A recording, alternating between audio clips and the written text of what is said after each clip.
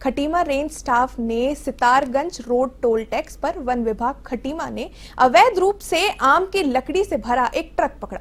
वहीं चालक मौके से फरार हो गया।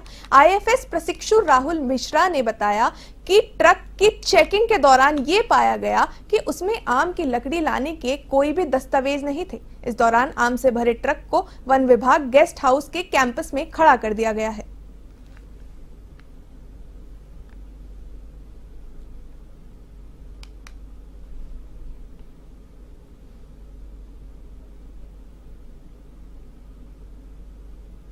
ये ऐसे एक ट्रक है जो कि लकड़ी भर रहा है और ये निकलेगा बनमसा की साइड से आ रहा था और इसे हमने ट्रेस किया, उसका पीछा किया गया, जो ड्राइवर ने भगाया। उसके बाद भी हमारी टीम लगी रही पीछे और इसको ये जो सितारगंज वाला टोल है इसको यहाँ पे रोका गया। तो ये टोल पे रुका और उसने साइड में लगाई और हमारी टीम वहाँ पर ने इसको पकड़ा। तो ड्राइवर तुरंत भाग गया साइड में लगा के ट्रक को और बाकी हमने लकड़ी सीज की वहीं से और इसको हम यहाँ पर रेस्ट हाउस ले आए हैं खटीमा के और इस पर H2 केस भी काट दिया है हमने और इस पर कार्रवाई अभी जारी है। बाकी इसमें बेसिकली आम और जलौनी लकड़ी है और इसके कोई भी कागज़ मिले नहीं थे हमको। तो ये सारी की सारी अवैध रूप से लकड़ी लेके जा रही थी जो कि रामपुर ले जा रही थी। अगली खबर ऋषिकेश से है, जहां छात्रों को संघ समारोह की अनुमति नहीं मिलने पर छात्रों ने श्रीदेव सुमन विश्वविद्यालय कैंपस में तालाबंदी करने का प्रयास किया, लेकिन वहीं पुलिस प्रशासन की मौजूदगी होने पर कॉलेज में तालाबंदी नहीं होनी थी। एबीवीपी ने भी छात्र संघ समारोह करने की मांग को गलत बताते हुए विरोध किया। छात्र संघ अध्यक्ष हिमांशु जाटव ने बताया कि पहले भी सितंबर महीने में छात्र संघ समारोह हुए। इस बार राजनीतिक दबाव की वजह से छात्र संघ समारोह करने की अनुमति नहीं दी जा रही है। वहीं कॉलेज प्रशासन का इस मामले पर कहना है कि छात्र संघ का कार्यक्रम खत्म हो चुका है। अब नए छात्र संघ गठन को लेकर सभी छात्र चुनाव की तैयारी में जुटे हैं। ऐसे में छात्र संघ समारोह करना संभव नहीं है। छात्रों का कहना है कि यदि अनुमति नहीं मिली तो आमरण अनशन तक किया जाएगा।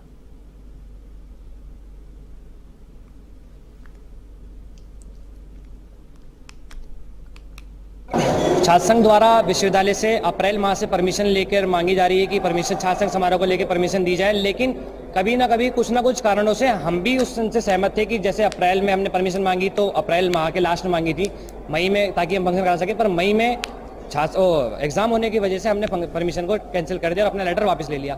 जून छुट्टियों में चला गया, जुलाई में सत्र लगने की वजह से एडमिशन प्रोसेस की वजह से हमने फंक्शन नहीं कराया। अगस्त में जब हमने लेटर दिया कि हमें परमिशन दे दी जाए तो वीसी द्वारा और माननीय डायरेक्टर महोदय द्वारा हमें ये बोला गया कि आप पहले उच्च शिक्षा से लिखवा के लाइए, अगर उच्च शिक्षा आपको लिख के देती है तो हम आपको इस बारे में हम उस बारे में आगे फैसला ले पाएंगे। हम दोनों जो है, जो हमारे पास सचिव भी हैं आए, अध्यक्ष भी आए हैं, हम उनसे बात हमने की हुई। देखिए, कोई भी संस्था होती है नियम और कानून से चलता है और हम उससे सभी को उससे बना रहना पड़ता है। इनके जो जब चुनाव हुआ था इस पर उसमें लिखा हुआ है कि 30 जून तक आपका कार्यकाल है और 30 जून का कार्यकाल समाप्त हो गया है। इस समय पूरे परिसर में चुनाव का माहौल चल रहा है, सारे छात्र चुनाव तैयारियां कर रहे हैं, कौन कौन लड़ने वाला है वो सब आइडेंटिफाइड हैं। ऐसी स्थिति में जो है कि कोई भी जो है शासन के कोई भी सांस्कृतिक कार्यक्रम को परिसर जो है अनुमति नहीं देता है। ये हमने पहले। पौड़ी की दिवंगत बेटी अंकिता भंडारी की आज दूसरी बरसी है। 2 साल बीत जाने के बाद भी अंकिता भंडारी हत्याकांड के आरोपियों को कड़ी सजा न मिलने से अंकिता के परिजन मायूस है। वहीं बीते साल सीएम पुष्कर सिंह धामी ने नर्सिंग कॉलेज डोप श्री कोट का नाम स्वर्गीय अंकिता भंडारी के नाम पर रखने की घोषणा की थी, लेकिन आज तक नर्सिंग कॉलेज का नाम ना बदला जा सका। वहीं दिव्यांगत अंकिता भंडारी के गांव के जाने वाली सड़क भी आज तक पक्की नहीं हो सकी, जिसका नाम भी अंकिता के नाम पर रखने का विचार दिया गया था, जिससे परिजनों में मायूसी है। हालांकि विधायक ने जल्द घोषणा पूरी होने की बात कही है और दावा किया है। वहीं प्रदेश में घटित हो रहे महिला अपराध पर अंकिता के पिता ने कानून व्यवस्था पर सवाल खड़े किए हैं और महिला सुरक्षा के प्रति गंभीर कदम उठाने की सरकार से मांग की है।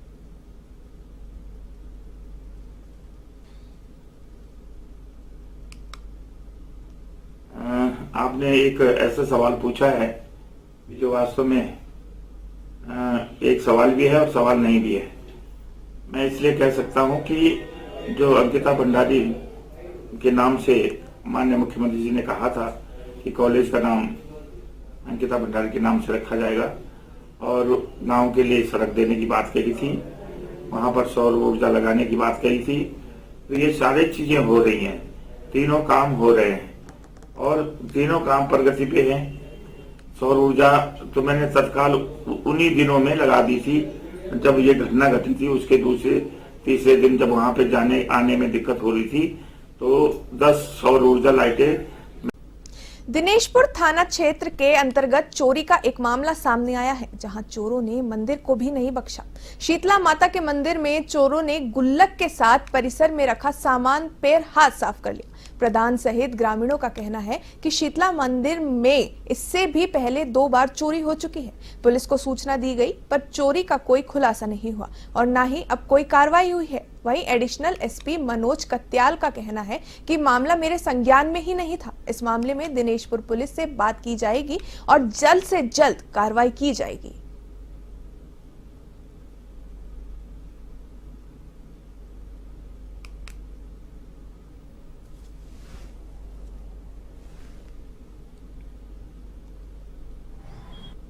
तो कई बार निकाल के 3-4 बार उसको निकाल के उससे जो भी पैसा मिला वो सब ले गया। हाँ, 2-3 बार किया है, 2-3 बार थाने में रिपोर्ट भी किया है, मतलब कोई क्रिया नहीं हुआ। वर्तमान परसों को यहाँ चोरी हो गया, यहाँ का जितने भी सामान सकता था वो ले गया। उत्तराखंड में कानून व्यवस्था को लेकर विपक्ष और सत्ताधारी सरकार के नेताओं ने सवाल उठाए थे, जिसके बाद पुलिस मुख्यालय देहरादून में हुई प्रेस वार्ता में उत्तराखंड के डीजीपी अभिनव कुमार ने वरिष्ठ राजनेताओं से प्रदेश की कानून व्यवस्था पर आलोचना और चिंता करने पर पुलिस पर विश्वास करने की अपील की थी। डीजीपी के बयान पर पूर्व मुख्यमंत्री हरीश रावत ने कहा कि मुझे लगता है रिटायरमेंट के बाद जिसे मैं कांग्रेस में इन्वॉल्व करना चाहता हूं, उसके लिए अभी डीजीपी बहुत सुपात्र लगते हैं।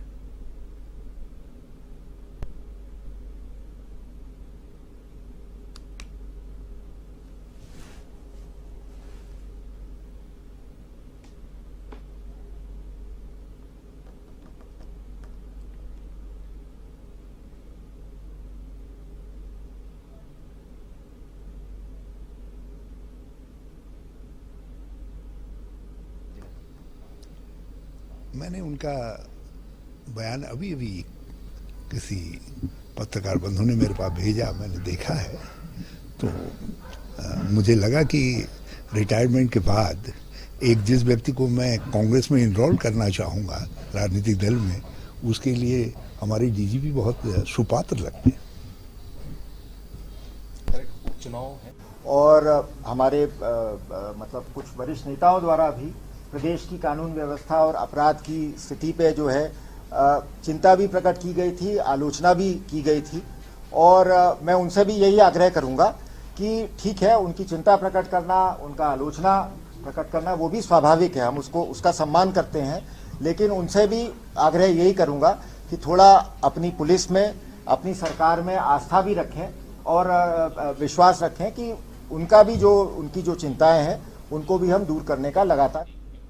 उत्तराखंड में उत्तर प्रदेश नगर निगम अधिनियम 1959 संशोधन विधेयक पर बुधवार को प्रसव समिति की पहली बैठक हुई। प्रवर समिति के अध्यक्ष मंत्री प्रेमचंद अग्रवाल की अध्यक्षता में हुई बैठक के दौरान समिति के सदस्य विधायक विनोद चमोली, मुन्ना सिंह चौहान, खजान दास और मोहम्मद शहजाद उपस्थित रहे। अग्रवाल ने कहा कि गैंगसेन में विधानसभा सत्र के दौरान विधायक को लेकर कुछ समस्याओं द्वारा जानकारी दी गई थी, जिसमें प्रसव समिति का गठन हुआ और आज प्रसव समिति की पहली बैठक हुई। अगली बैठक 24 सितंबर को होनी है।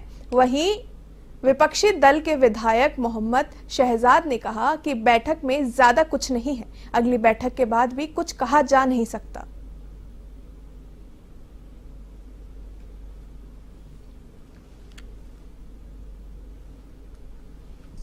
बहुत ज़्यादा क्लियर नहीं है, कुछ रिपोर्टें मांगी गई हैं, वो अगले 24 तारीख में मीटिंग है, उसमें आएंगी, उसके बाद कुछ क्लियर हो जाएगा। बहुत ज़्यादा कुछ है नहीं। क्या लगता है तो सरकार समय से चुनाव कराने के मूड में है या नहीं है? सरकार तो आज चुनाव करा दे, कोई इसके लिए चुनाव थोड़ा रुकेंगे।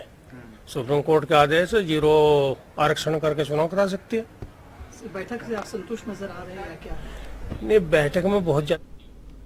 हल्द्वानी में तेज बारिश के बाद गौला पुल क्षतिग्रस्त हो गया, जिसका आईआईटी रुड़की की टेक्निकल टीम ने निरीक्षण किया। वहीं ज्वालापुर को रिस्टोर करने में अभी 1 महीने से अधिक का समय लग सकता है। फिलहाल वैकल्पिक रास्ते को लेकर विचार किया जा रहा है।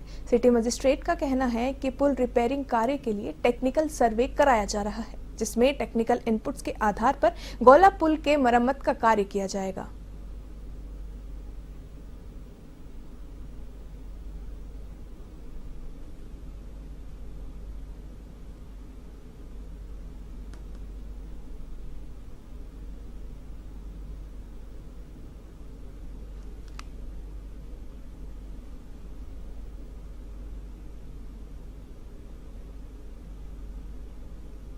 सर्वे के उपरांत जो भी आईआईटी के द्वारा इसमें अपनी रिपोर्ट दी जाएगी, उसके अनुसार एनएचआई के लोग आगे उसमें काम करेंगे। अभी हालात क्या है सर गौला पुल के?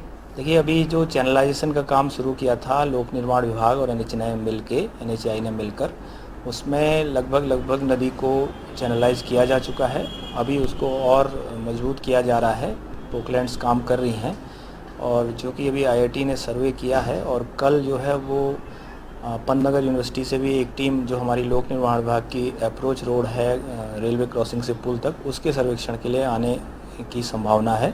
तो उसके बाद जो भी टेक्निकल सर्वे से इनपुट्स मिलेंगे, उसके बाद आगे कार्रवाई की जाएगी। उम्मीद क्या करें सर, कब तक ट्रैफिक चालू होता है? ये देखिए, पूर्व में ही एनएचआई ने ये बताया है कि पुल को रिस्टोर करने में